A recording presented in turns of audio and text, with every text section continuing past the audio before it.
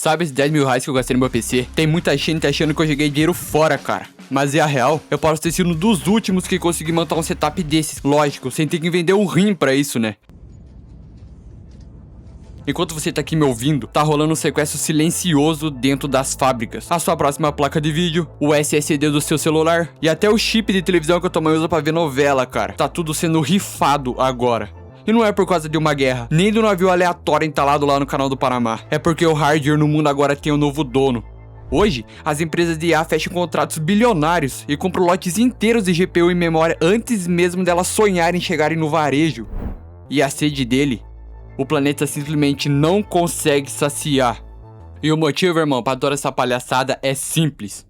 Dinheiro. Mas o impacto é literalmente uma porrada física na prateleira, cara. Samsung, SK Hynix, Micro, não é que elas ficaram sem estoque, elas simplesmente mudaram de lado. E deixa eu contar um segredo. Não foi pro lado dos consumidores não, hein. A corrida pelas IA fez uma coisa acontecer em silêncio. A memória e fabricação passaram a ser disputadas pelos data centers gigantes, cara. O jogo mudou e agora as fábricas estão em expansão massiva. E não vai se iludindo que é pro seu PC gamer, não. Elas estão focadas agora em memória de altíssima velocidade pra inteligência artificial. Agora com o topo do mercado comprando tudo, as peças comuns como a DRAM e o SSD que sobraram pra gente ficaram muito mais caras e escassas, sem condições nenhuma de compra. E porque aqui tem uma regra simples: quando o topo compra tudo, o consumidor vira literalmente o resto do resto. A memória do seu PC, do meu, de quem só queria jogar ou trabalhar. Cara, simplesmente tanto faz para essas empresas, porque agora é custo e oportunidade. Só que agora, adivinha, quem paga o pato? É a gente, né? Sempre. A prioridade mudou e a gente foi jogado literalmente pro fim da fila. E o pior de tudo, que isso não é fase. Porque quem compra data center, compra e compra de novo. E o pior de tudo, ele compra rápido. Agora que a gente entrou num ciclo sem fim de reposição, o hardware de consumo vira o que sobrou do fim da festa.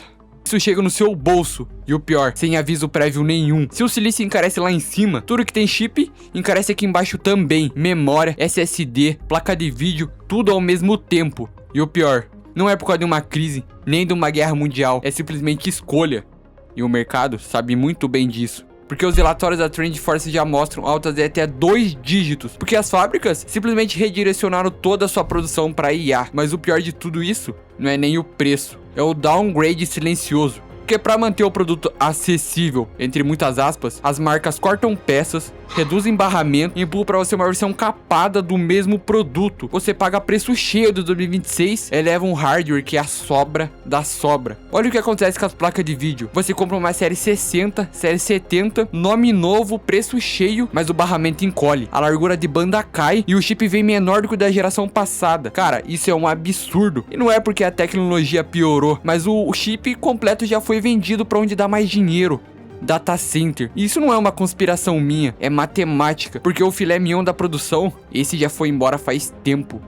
Enquanto isso, tem gente agora com o carrinho aberto, processador comprado, placa de vídeo comprada e trava justo no que era pra ser o básico, memória e SSD. Ele fecha a aba e não compra. E não é porque ele não quer, é porque não dá. Não tem como tancar esses preços. O cara juntou 2 anos pra montar o primeiro PC e descobre justo a memória, dobrou de preço. E esses servidores que estão comprando tudo? Cara, eles basicamente não desligam. O data center é um monstro que roda 24/48, 7 dias por semana. Cara, é basicamente o que o CLT trabalha, mano. E pra manter esse monte de máquina ligada, a conta, tipo, vai muito mais além do que só o preço das peças. É um custo de operação e que simplesmente o consumidor não consegue tancar. A gente não consegue disputar ou brigar contra esses data centers enormes. Cara, agora chega aqui, deixa eu te contar um segredo. Aonde tem calor, tem consumo de luz. E não é pouco não, mano. É muito. A Agência Internacional de Energia projeta que o consumo de data centers no mundo vai simplesmente dobrar até 2030. A gente tá falando de quase 1000